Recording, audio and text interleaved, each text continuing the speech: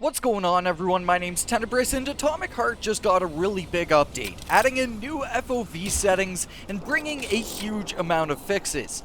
And before we dive into the patch notes, I'd just like to say Atomic Heart's efforts in patching and updating are awesome to see. This is our second patch so far in 2 weeks. At almost an update a week, the progress being made on Atomic Heart in the background is beyond commendable.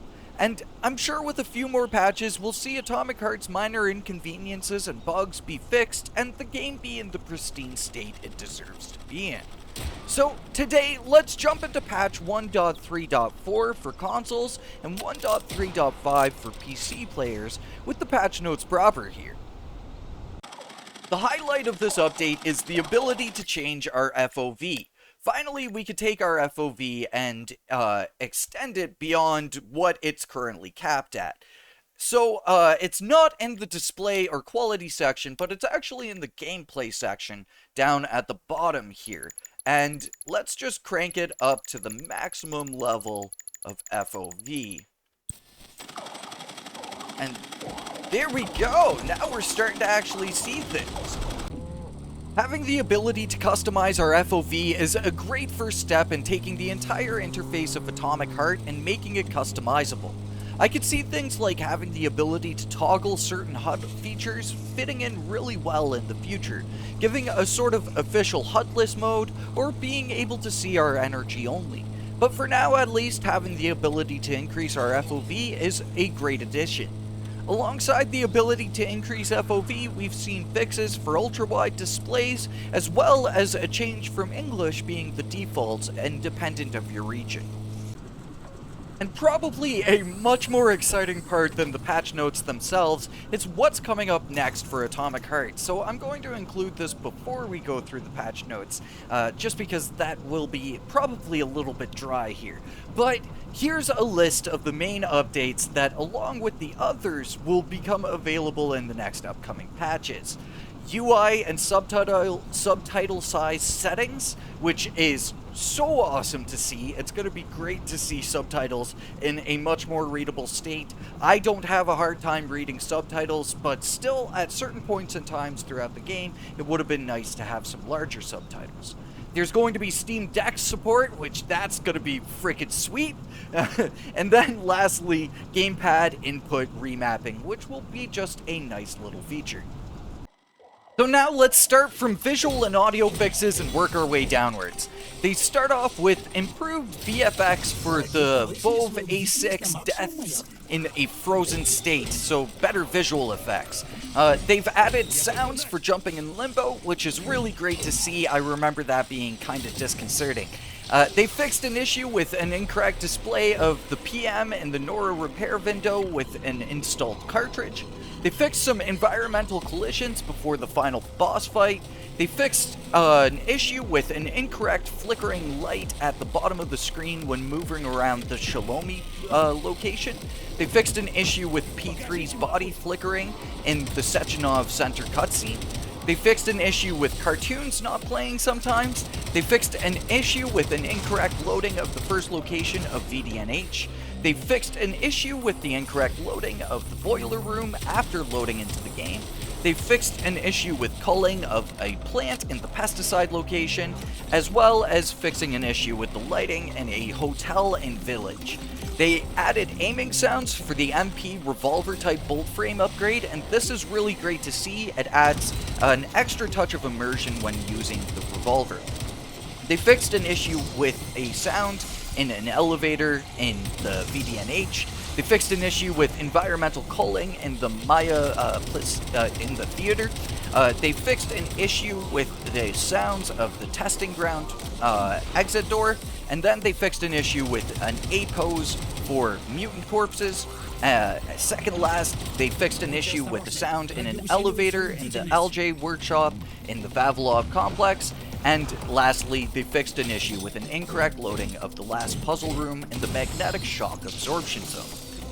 For quests, this is really big to see because a lot of these quest issues that are getting fixed are the issues that players encounter the most. So we're going to kind of fire through them pretty quickly because there's a lot of them here, but all of them are great to see.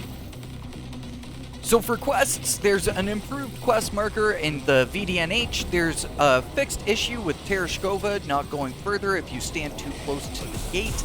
They fixed an issue with an incorrect Pliush spawn in the Pavlov Complex Morgue. They fixed an issue with an elevator in the testing ground for Polygon 10. They fixed an issue with a candle in the testing ground in Polygon 10. They fixed an issue with an incorrect roto-robot spawn in VDNH. They fixed an issue with a bunch of missing objects. They fixed an issue with a save in the Vavilov Complex tunnels. They fixed an issue with a deadlock when hitting the Pliush in the Maya Plisetska theater with a Swede's circle attack. They fixed an issue with getting stuck in Polygon 1's testing ground. They fixed an issue with an incorrect quest item picking up while having a huge amount of resources. They fixed an issue with a quest item turning into the Fat Boy ammo, which that's a really bad bug.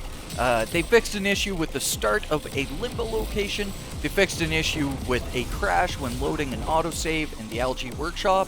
They fixed an issue with a crash after the death from Natasha's missile. They fixed an issue with She Sells Mustache on the Seashore quest updating.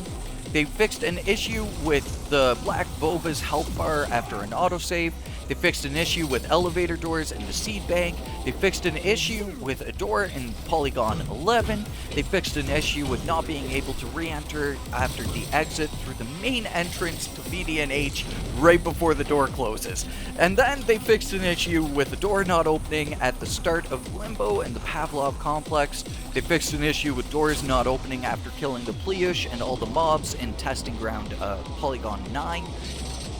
They fixed an issue when the player is loaded through an autosave on the level border on the transition from an entrance to the tunnels in the Vavilov complex. They fixed an issue where part of Sechenov's office area in Shalomi is not loaded when going up in an elevator. Then second last, they fixed an issue where part of the ceremonial ramp area in the VDNH isn't loading. And lastly, they fixed an issue where it's impossible to interact with the candle in the boiler room if the thermarium if it's pushed behind the pipe support. So for gameplay in open world, the first issue is sadly not actually fixed, and if anything, it's a little bit worse. And that's an issue with Pacella's not repairing things, like the Windbender power generator and the Dandelion CCTV system. They sadly still don't repair these systems, and it can disable the entire Hawk system, which really kind of takes away from the open world, especially once you're done playing through the game. So it would be great to see this one get fixed up in the future. Then for gameplay in open world, they fixed an issue with the missing KS-23 receipt, which I believe means recipe. Sadly, that does not apply retroactively, so that just means that when you play through the game again, you'll be able to get that recipe and keep it. Next up, they fixed an issue with the pair terminal not responding to an interaction in a locked room in the VDNH. They fixed an issue where it's impossible to open the map in the open world. They fixed an issue where you cannot get out of the car in some cases. They fixed collisions in many places to prevent being stuck in the environment. They fixed an issue with the inaccessible chirper and the pesticide location of the Vavilov complex. They fixed an issue with consumable items and the weapon selection wheel. They fixed an issue with this displaying of uninstalled PM upgrades, as well as uninstalled the Mark upgrade for the Fat Boy. They fixed an issue with loot disappearing after loading a save. They fixed an issue when pieces of dead frozen enemies become unlootable. They fixed an issue with missing map objects in the Friendship of People's Park in the VDNH. And lastly, they fixed an issue with falling down under the map when jumping onto the reflector at the end of the magnetic shock absorption zone. For achievements, these are some really big fixes here. They fixed an issue with the achievement progress saving, so now achievement progress saving is much more improved, and if anything is working as should be. They fixed an issue with the progress of achievements after restarting the game. They fixed an issue with unlocking the scanner achievement, the atomic heart achievement, and the Lord of War achievement. They also fixed an issue with finding and crafting the MP, not forwarding the Lord of War achievement.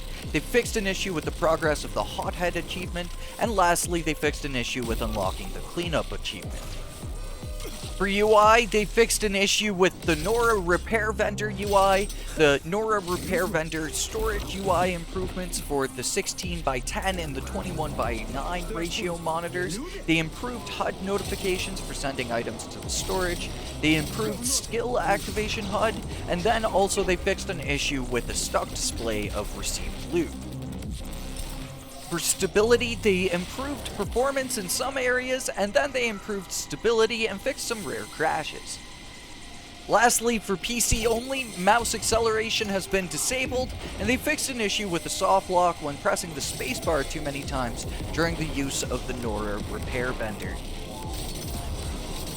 And lastly, the two recommendations for solving some issues are both related to modding Atomic Heart.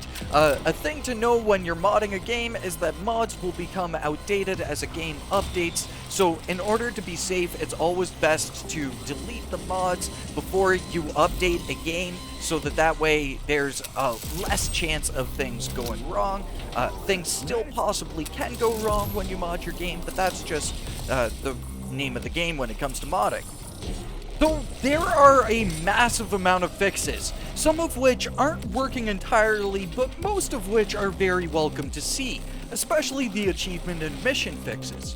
We also have plenty more to look forward to with Atomic Heart from these future updates, getting the game into the state that it should be in, as well as the upcoming DLC, which we'll get to talking about when the time is right.